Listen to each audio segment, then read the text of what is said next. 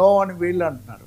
So మొత్తం ఇలా జరుగుతుంది. ఇప్పుడు ఈరోజు ఉదయం చూస్తే నారా లోకేష్, పయ్యావుల కేశవ్ ఇటువైపున అధికార పక్షం వైపు కూర్చున్నారు, అటువైపు బొత్స ప్రతిపక్ష నాయకుడిగా మాట్లాడుతున్నారు, చైర్మన్. సరే, ఇప్పుడు లోకేష్ రాష్ట్రంలో విద్యా సంస్థల్లో అంటే ముఖ్యంగా స్కూళ్ళల్లో డ్రాప్ అవుట్ రేట్స్ ఎట్లా ఉన్నాయో ఆ విషయాలు చెప్పారు.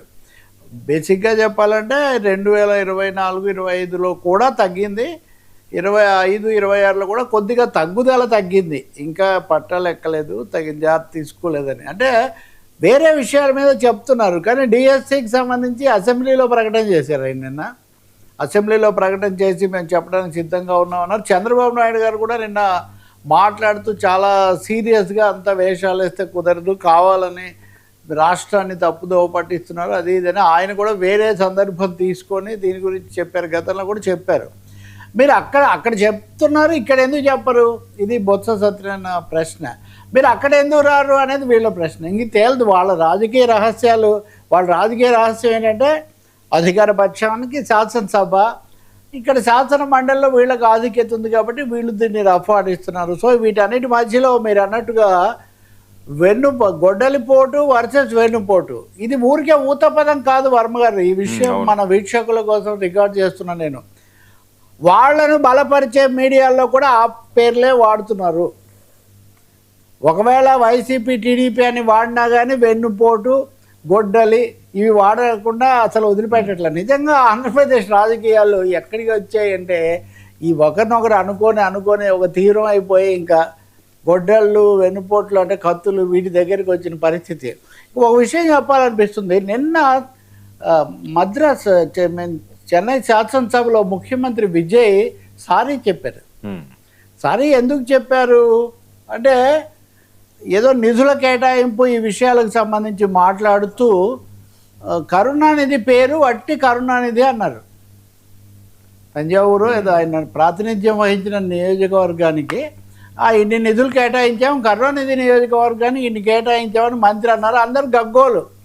కళయంగార్ అని మాజీ ముఖ్యమంత్రి అని అనకుండా కరుణానిధి పేరు చెప్పడం అనేది తమిళనాడు శాసనసభలో ఏ మాజీ ముఖ్యమంత్రిని గురించి చెప్పినా వాళ్ళ హోదా చెప్పి మాజీ ముఖ్యమంత్రి అని చెప్పి పేరు చెప్పాలి. ఇది వరబడి. మిగతా విషయాలు ఎన్ని కొట్లాడుకున్నా, సిగపట్లు పట్టినా, లేకపోతే ద్వంద్వార్థాలతో మాట్లాడి కేసులు పెట్టుకున్నా శాసనసభ వేదికలో మాత్రం మాజీ ముఖ్యమంత్రులని సంబోధించాలి అని. మనం ఈ గొడ్డలి పార్టీ ఇవన్నీ చూస్తుంటే కనుక అసలు ఎవరన్నా అసలు నువ్వు మనిషివైనా అంటే నువ్వు రాక్షసుడివి, నువ్వు దుర్మార్గుడివి అంటే నువ్వు ఇంకోటి అని తప్ప మాజీ ముఖ్యమంత్రి ఇప్పుడు జగన్, ఇంతకుముందు చంద్రబాబు ఆయన సీనియర్ మాజీ ముఖ్యమంత్రి ఇప్పుడు మళ్ళీ అనుకోండి. అంటే ఈ గౌరవాలు అనేవి పూర్తిగా పోయినటువంటి ఒక పరిస్థితి. నిన్న మనం చూస్తే ఇద్దరు సీనియర్ నాయకులు ఉత్తరాంధ్ర నుంచి నువ్వు దద్దమ్మ అంటే నువ్వు ఎద్దులాగా పెరిగావన్న పద్ధతిలో ఎవరైనా బాడీ షేమింగ్ దాకా కూడా శాసనసభలో వచ్చినటువంటి పరిస్థితి. ఇక్కడ ఒక ఇంట్రెస్టింగ్ అబ్జర్వేషన్ ఏమంటే శాసన మండలిలో ఇంత యుద్ధం జరగడానికి సీనియర్ల ఆరాటం చాలా ఎక్కువగా ఉంది అనేది కూడా ఒకటి చెప్తున్నారు. అచ్చెన్నాయుడు విషయానికి వస్తే ఆయన మారినటువంటి పరిస్థితుల్లో కొత్త తరము వాళ్ళతో సర్దుబాటు ముందుకు పోవటం వీటన్నిటిలో ఆయన కొన్ని సమస్యలు ఉన్నాయి. ఖచ్చితంగా ఇప్పుడున్న కొత్త తరంతో ఆయన జెల్ కలగకపోతున్నారు. ఖచ్చితంగా ఇంకా ఆయన మంత్రివర్గ పునర్వ్యవస్థీకరణ ఎప్పుడు జరుగుతుందో అలా చూస్తున్నారు. బొత్స సత్యనారాయణ గారి విషయం చూస్తే ఎంతైనా జగన్మోహన్ రెడ్డితో ఆయనకు కూడా సమస్యగానే ఉంది. అనేక సార్లు ఆయన కాస్త అసంతృప్తి, ఇలా తనే ఎమ్మెల్సీలను పిలిపించి చెప్పడం ఇటువంటివి. పైగా బొత్స సత్యనారాయణ గారు లౌక్యుడు కాబట్టి ఆయన తెలుగుదేశం ప్రభుత్వం ఉన్న తెలుగుదేశం పార్టీతో కూడా బాగా ఆయన సెయిల్ అవుతున్నారు, శాసన మండలిని అయితే నడిపించుకొని పోతున్నారని. అంటే ఈ ఇద్దరు నాయకులు కూడా తమ అనుభవాన్ని, తమ వాస్తవ పరిస్థితిని కూడా కలగలిపి శాసన మండలిలో ఒక తీవ్రమైనటువంటి ఘర్షణ కొనసాగిస్తున్నారు. అదే సమయంలో మండలి జరుగుతూ పోతుంది. ఈరోజు లోకేష్తో పాటు ఎవరు కూర్చున్నారు? పయ్యావుల కేశవ్ కూర్చున్నారు. పయ్యావుల కేశవ్ ఇది ఈక్వల్లీ సీనియర్. చాలా కాలం తర్వాత ఆయన మంత్రి అయ్యారు మొదటిసారి. ఆ మాటకు వస్తే ఆయన గెలిచినప్పుడు పార్టీ ఓడిపోయేది.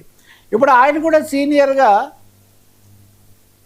లోకేష్తో పాటు ఉండి కాస్త సంక్షోభం అనేది క్రైసిస్ మేనేజ్మెంట్ ఎవరు చేస్తున్నారంటే పయ్యావుల కేశవ్ క్రైసిస్ మేనేజ్మెంట్ చేస్తున్నటువంటి పరిస్థితి. కాబట్టి ఈ సీనియర్ల యుద్ధం మండలి పెద్దల సభ అంటారు కదా, నిజంగానే పెద్దల సభగా ఇది దద్దరిల్లిపోతున్న పరిస్థితి అనమాట. ఈ డిఎస్సి మీద ఈరోజు సవాల్ చేశారు. మీరు బీఎస్సీలో ఒప్పుకున్నారు, బీఎస్సీలో మేము ఒప్పుకోలేదు, బీఎస్సీలో ఒప్పుకోలేదు, జరపాలని మేము చెప్పాము కానీ మీరు ఒప్పుకోలేదంటే చైర్మన్ కూడా జరపండి, మళ్ళీ కావాలంటే బీఎస్సీ పెడతాం అక్కడికి రండి అని. ఇక్కడ ఒక చిన్న సీక్రెట్ ఉంది. 20వ తారీఖు చర్చిస్తామని బీఎస్సీలో పయ్యావుల కేశవ్ ప్రతిపాదించారు. 20వ తారీఖుతో సభలు అయిపోతాయి, దాదాపు షార్ట్ సెషన్ లాంటివి 4-5 రోజులు. 20వ తారీఖుతో సభ అంటే ఎల్లుండి, ఇంకా ఎల్లుండి తర్వాత మనం మాట్లాడడానికి కూడా శాసనసభలు ఏమి జరగవు. కాబట్టి 20వ తారీఖు కాదు, ఇప్పుడే జరపాలి. ఇది కాకపోతే రైతులు ఎల్నినో మీద జరపాలని వీళ్ళు పట్టుపడుతున్నారు. సో ఈరోజు దాదాపు మళ్ళీ ఇటు నుంచి పయ్యావుల కేశవ్, అటు నుంచి బొత్స, దాదాపు హోరాహోరీ. నిన్న అచ్చెన్నాయుడు పాత్ర, ఈరోజు పయ్యావుల కేశవ్ తీసుకుంటే మీరు ఏదో పేరుతో అల్లరి చేసి వెళ్ళిపోవాలనుకుంటున్నారు కానీ మీకు చర్చ జరగాలని లేదు. చర్చ జరిగితే బయటకు వస్తుంది, వేస్తారా?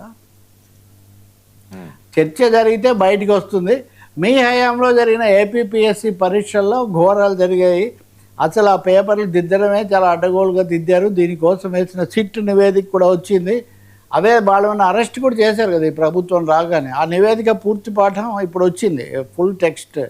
సో మీరు దాన్ని కవరప్ చేసుకోవడానికి డిఎస్సి మీదకి మళ్ళిస్తున్నారంటే బొత్స ఒక ప్రతిపాదన చేశారు.